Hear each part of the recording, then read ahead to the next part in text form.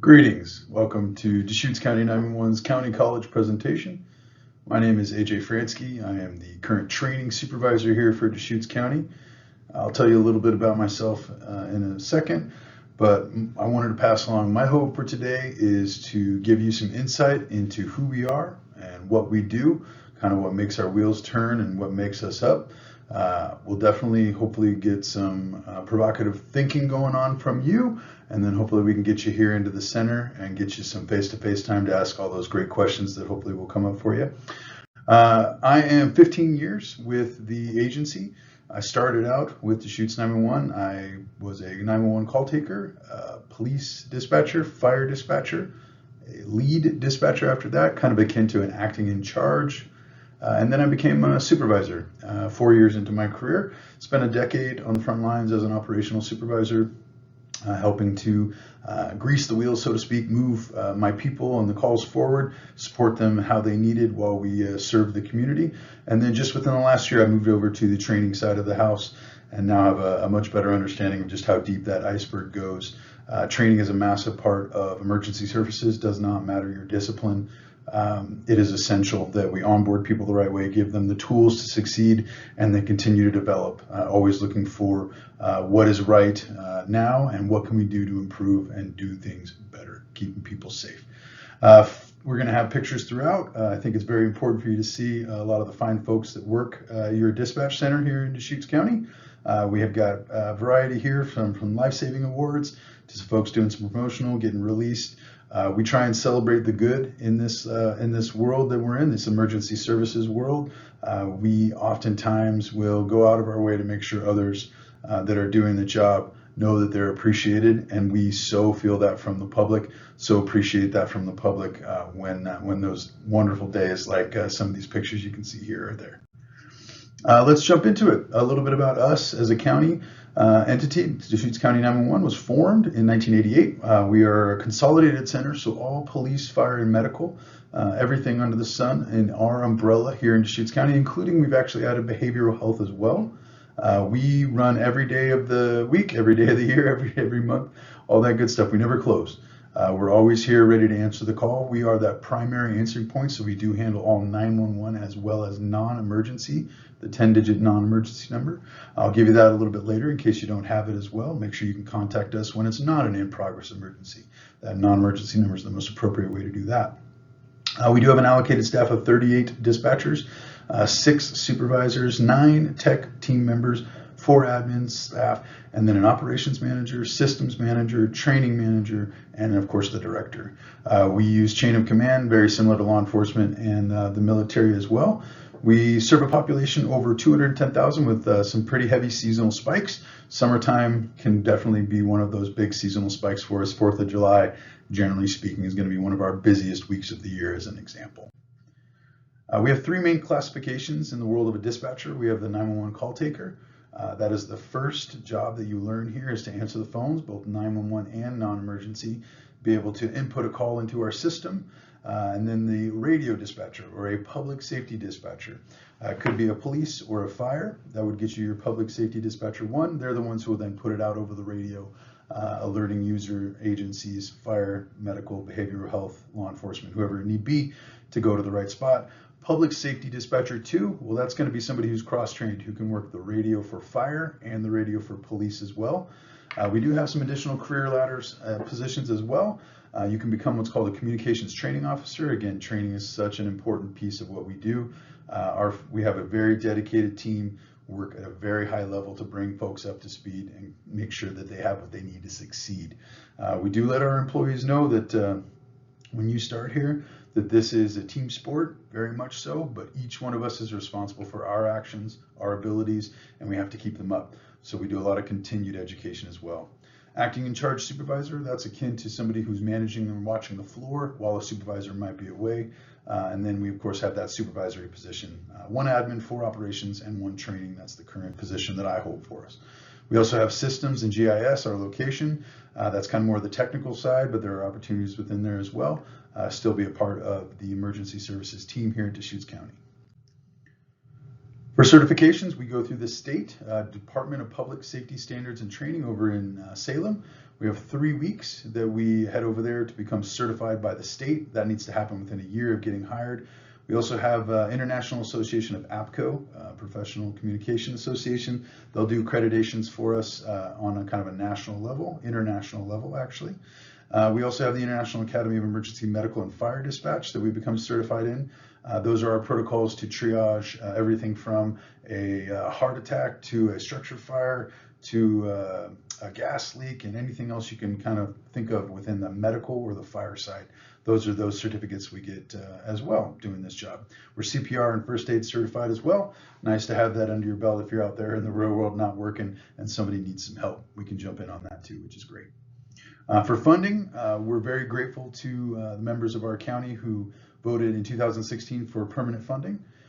We have a permanent tax rate at maximum 42.5 cents per $1,000 of assessed value, and we've actually not had to increase to that. We've stayed at 36.1 in the past 9 years. We work to be very fiscally responsible. We try hard to manage the resources with that budgetary component of what we do, and thus far we've been able to do a great job for it. We're very appreciative of the permanent funding, the ability for us to do what we need to do to make sure that this place is running at the top level to take care of its community and its people. We dispatch for all law enforcement, fire, and medical, including behavioral health here in Deschutes County. It's all about teamwork. We are that first link in the emergency services continuum. We're some might say we're the glue, kind of holding everything together a little bit.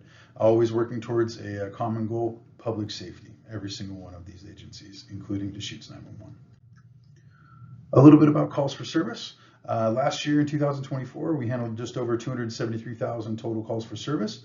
You can see by my handy pie chart here, it's about 3/4 of our calls came in on non-emergency. That's that 10-digit line that people would call when they're not having an in-progress emergency, need to speak to somebody for some help.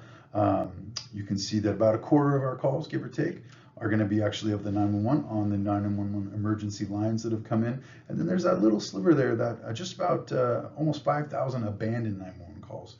If you're not familiar with what those are, essentially that is a call that has been started and ended very quickly, but information has been sent nonetheless. It's been received by our center. It will ring to our phones, and we're going to answer that and then call that line back when nobody's there. Every single 911 call that comes into the center gets called back. We want to make sure that on the other end, that was it an accidental dial or is there an in-progress emergency? Do we need to get some help started that way? We want our callers to stay on the line for us. We want to make sure that we can triage and vet that call and make sure there's no help needed. So we always appreciate that cooperation. Even if you accidentally dial, do stay on the line. We're going to ask a number of questions. We'll make sure that everything's okay, and then we'll cancel that call and we'll all kind of move on if it did happen to be an accident. Very police-heavy, police-centric for our calls for service. You can see 92% of our calls for service, and now that's 911 and non-emergency, are of the police nature. We have 6% of our calls for service are headed to the medical side, and then just 2% of the time do we have a fire emergency where we need to dispatch the fire department to go and handle and take care of that. This is what your dispatchers are looking at when they're on duty. We have a multitude of screens. I refer to it as a lot of real estate. We have a CAD system that is Windows based, and so there's a lot of space that's needed to work the system, so to speak. Make sure you have access to all the great information that you need to do your job. From inputting that call for service, all that good information in there, to utilizing your map. You can see it there on the right-hand side. We have our phone system in the lower right-hand corner, and then off the screen is our radio as well. So there's actually an additional screen as well that houses our radio components. The left side of the screen there, that's kind of more the working side for a lot of our police dispatchers. That's where we do a lot of the research. That's a massive component of the job of being a police dispatcher, and digging into CAD for all that good stuff. Let's talk a little bit about what to expect when you call 911. 911 is all about location, location, location. It's the most important thing. So the very first question you're ever going to get is 911, what's the address of the emergency? We need to establish where that emergency is so that we can then send help to the right location, to the right place. We're going to then, of course, ask what's the phone number you're calling me from. This is based on simple fact that if a call drops and I need to call you back, I want to make sure I have the right phone number to get you a hold of. I want to make sure I get back with you so I can keep adding information into that call for service, whatever's going on. And then that last phrase, Okay, tell me exactly what's happened. That's where we turn it over to the caller, and we let that caller hopefully be concise and on to the point of exactly what's happening, so we can start the wheels turning, so to speak, and get help going. We always encourage, see something, say something. We need members of our public to call us when something's not right. You need to trust your gut. You have an opportunity as a citizen to help save a life, stop a crime, report a fire, any number of things. So please, if you see something that's not right, you call 911. We want to know about it, and we want to send help that way. Deschutes County has had actively text to 911 since 2016. We always ask to call if you can and text if you can't. It's intended to benefit the kind of people who can't speak during an emergency. That could be a physical limitation, or that could be they're under duress and it's not safe. When people do text 911, we want to make sure we emphasize that first message should include location information to the best of your ability, and then what type of emergency is needed. We want to be brief and concise. We want to use full words when we're on text to 911. Abbreviations can cause misunderstandings, and we don't want that. We'll work very hard on our end to do the same for our texters to 911. Do stay with that phone and be prepared to answer questions and follow those instructions that are given by that dispatcher. And just information as well, at this time we cannot accept photos, videos, or emojis via text to 911. We are also embedded in Deschutes Alerts with the Emergency Preparedness Division of the Sheriff's Office. We might have alerts that could go out for a myriad of reasons. Could be emergency evacuations due to a natural disaster or similar. Could be a missing or endangered person. It could be a neighborhood emergency, hazardous materials. We as an entity will get those emergent notifications out. The actual dispatch supervisors will handle that. On a higher level, that will go over to the sheriff's office when there's a major long-standing event. We also, of course, always encourage folks to get over to Deschutes.org, get to those sign up for alerts.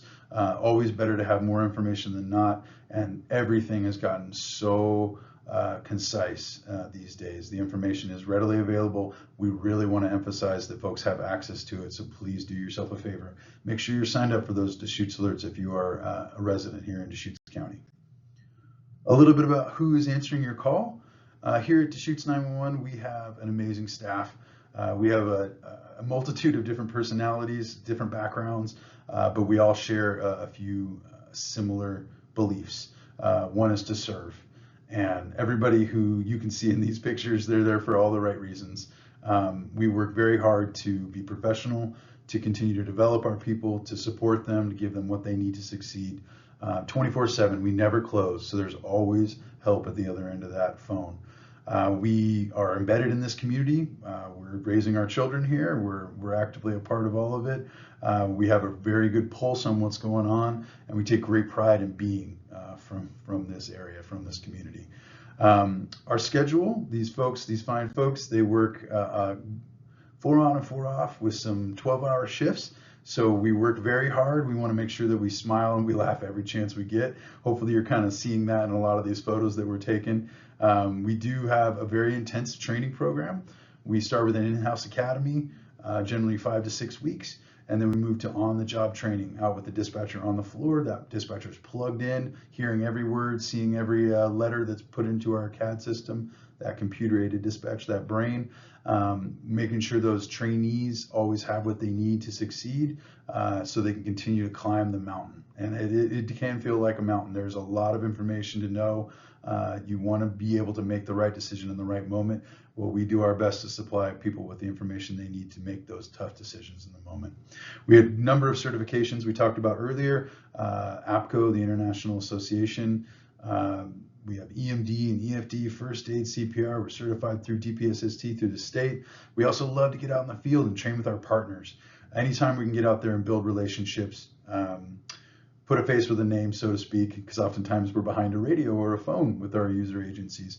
So wonderful to create those relationships to help each other get move the ball forward, so to speak, help each other to have successful days and keep lifting each other up when we need to. Again, we try really hard to get out there. We can get over to the North Fire Station. We do a number of trainings out in schools. We'll do trainings at the airport. We'll be that radio component helping our user agencies get real excellent live training reps when they're out there doing the work ahead of time, preparing themselves and preparing ourselves for whatever may come, so that we're ready to answer the call and lean into it and help others. A little bit about the schedule. I mentioned very briefly, we do have 4 on and 4 off as our work shift. We work 12-hour shifts. So you can see here that we would work 2 day shifts, 7 a.m. to 7 p.m., and then 2 night shifts, 7 p.m. to 7 a.m. We do 4 days on and 4 days off. We do have what we call a pager duty, or an on-call person. Every day of the year, somebody's on call, just in case. We have staffing issues like any business. People need to leave the center for one reason or another. We need to be able to backfill. We have to make sure that we keep people in the chairs ready to answer those phones and work those radios, and we always do because of our strategic planning.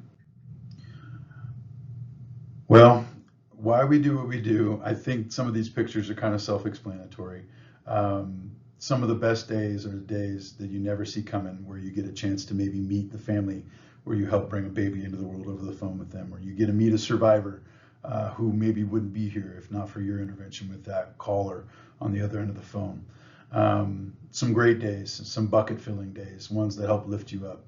That picture in the center there, that's our recent second COWLS, Central Oregon Women in Law Enforcement, trying to emphasize the careers and the mindset out to the youth here in Central Oregon. Wonderful thing to be a part of. We participate in skilled job fairs. We'll go out to the schools. We'll teach kind of how 911 works and kind of who we are. We really want to get the message that this is a career. It can be a calling for people who want to serve. And it's a viable one. It's not one that I was aware of when I was in high school, but my job now is a big part of it is making sure that others do know this is here and it's viable, and you have a chance to serve and do good in this world for your community, for yourself, be a part of something that's bigger than yourself. Well, the 24-hour non-emergency number, I wanted to make sure you had that. That's 541-693-6911. That is the number to call if you had any interest in a sit-along.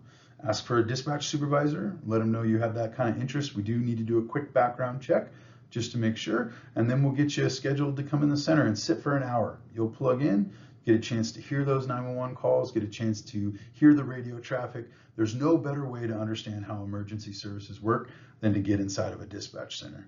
Also a wonderful way to get your foot in the door and get an idea if this is something you might want to do or have some interest, or somebody you love that might fit into this kind of mold. Get them in here as well.